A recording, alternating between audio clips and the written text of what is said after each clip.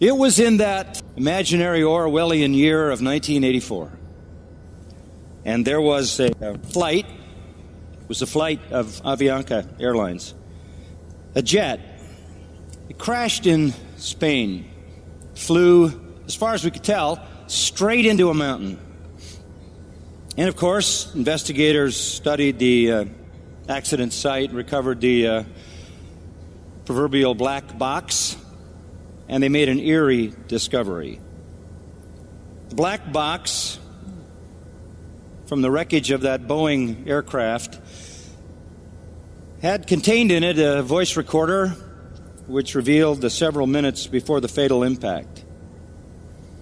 And the first thing that the investigators heard was a shrill, sort of computer-synthesized voice from the plane's automatic warning system, and it told the crew in English, they were a Spanish crew, it told the crew in English, pull up, pull up, pull up, pull up.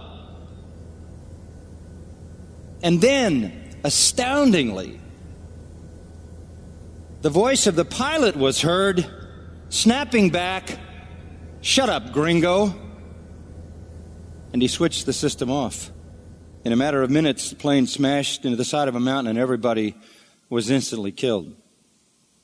As I read about that a number of years ago in connection with a book I was writing on the vanishing conscience, it struck me that that is in some ways a parable of the way modern people treat the warning system that God's put in their souls. God has given us some very, very gracious gifts. And one of them is conscience. And we hear about it. There are little phrases of guilty conscience, etc., that we often perhaps use or hear used. But I think the conscience is one of the least understood gifts that God has granted to us, one of the least understood areas of biblical teaching, and I want to draw your attention to it. Maybe to give you a parallel is a good place to begin. You also have another system in your body. It's called pain. It's very helpful. It is very helpful. It's a warning system. It's exactly what it is, and it's designed to tell you that something is wrong with you physically. And if you just continue to override that pain, you will do permanent damage to yourself. One of the most interesting diseases that I've ever read about is leprosy. I mean, I like you, grew up as a little kid hearing all about lepers, in the Old Testament, the New Testament, and how Jesus healed the lepers. And I remember hearing that lepers were people who had no ears and no noses and no chins and no fingers and no toes and sometimes no feet, and the hands were nubs, and that leprosy eats away the perimeter of your body. I found out a lot later by doing some reading on it that leprosy doesn't eat anything. Leprosy is a nervous disease.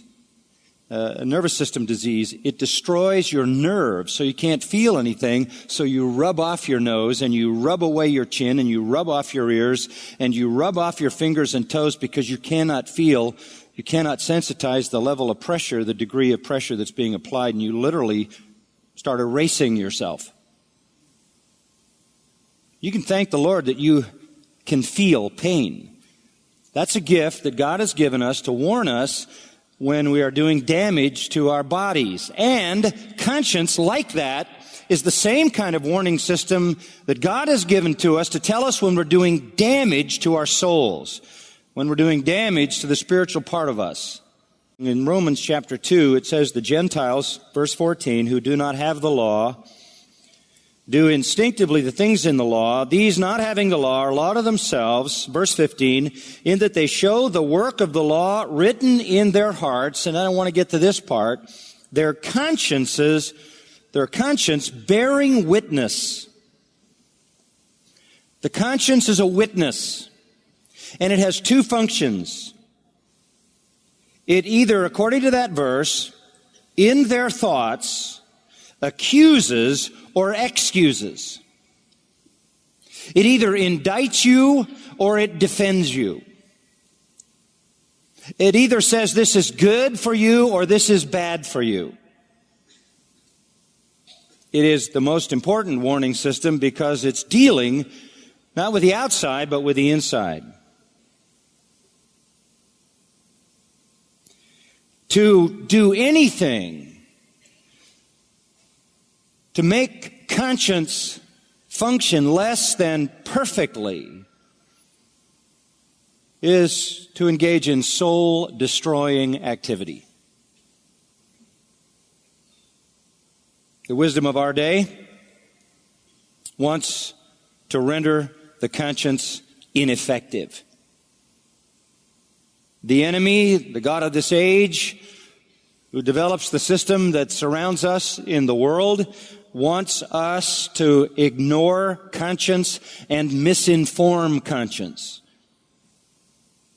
Conscience may be saying, pull up, pull up, pull up, while the culture is saying, shut up, gringo, and turning off the switch. It may be contemporary modern psychology that says man is basically good, and to have a guilty conscience is to fail to recognize the necessity you have for feeling good about yourself and having self-esteem. It may be just a reversal of all moral values. It may be the idea that guilt is toxic or whatever. But we live in a society that's trying to do two things, and I just want you to think about these two things. One, misinform conscience, and two, shut it off. There were two things happening in that airplane. One thing that was happening was radar was finding a mountain, right? Radar was sending out a bounce-back signal that was informing that warning system that there was a mountain. Radar was articulating reality. And then there was the responding warning system that told the pilot what to do in face of that reality. Only two things needed to happen to save the lives of those people. One, you had to know what was reality, and secondly, you had to accept the warning.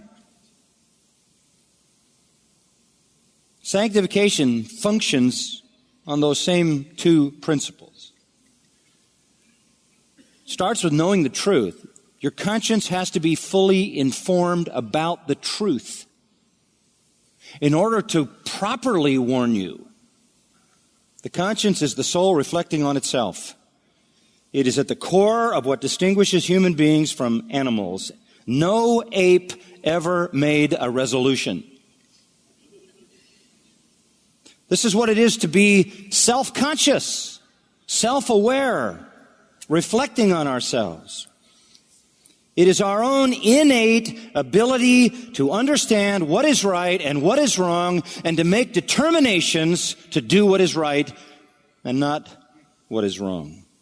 When the conscience functions as it should, when it's violated, it produces shame, regret, guilt, fear, anxiety, disgrace, anguish, and sometimes even depression.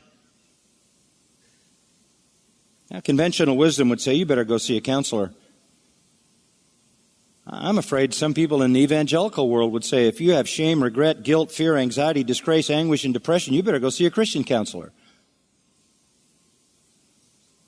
There's going to be a quasi-medical or psychological explanation for everything, but this does damage to sensibilities. And it's tantamount to saying to your conscience, shut up, gringo, flipping the switch. In fact, you can get so good at it, Paul says in Philippians 3:19, that with some people, this is really amazing, their glory is in their shame. Boy, now you know that thing is not functioning at all. Their glory is in their shame. Look at the MTV generation. What are they proud about? How base can you get? You think that's new? Go back and read Isaiah 5, where they substitute good for bad and bitter for sweet.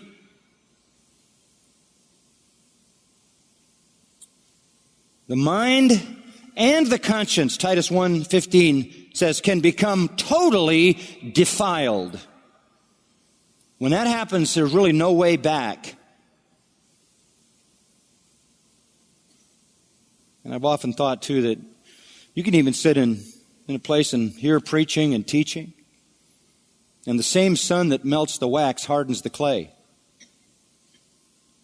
If you keep listening and keep listening and keep listening and keep denying the role that your conscience plays, you're going to get very good at becoming hard.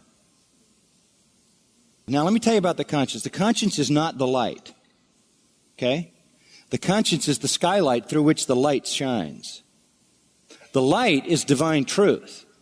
The conscience is just the mechanism through which that truth comes. If it gets dirty, the truth doesn't come through clearly. Now, there are two ways to halt your spiritual progress. One is misinformation. You got the wrong radar. I would like to think that for me to do something against what I know my Lord wants me to do would make me vomit. But I'm going to have a conscience that is literally captive to that truth. Let me define conscience for you. It is the soul's warning system. It is the gift of God. It plays a critical role in salvation and sanctification.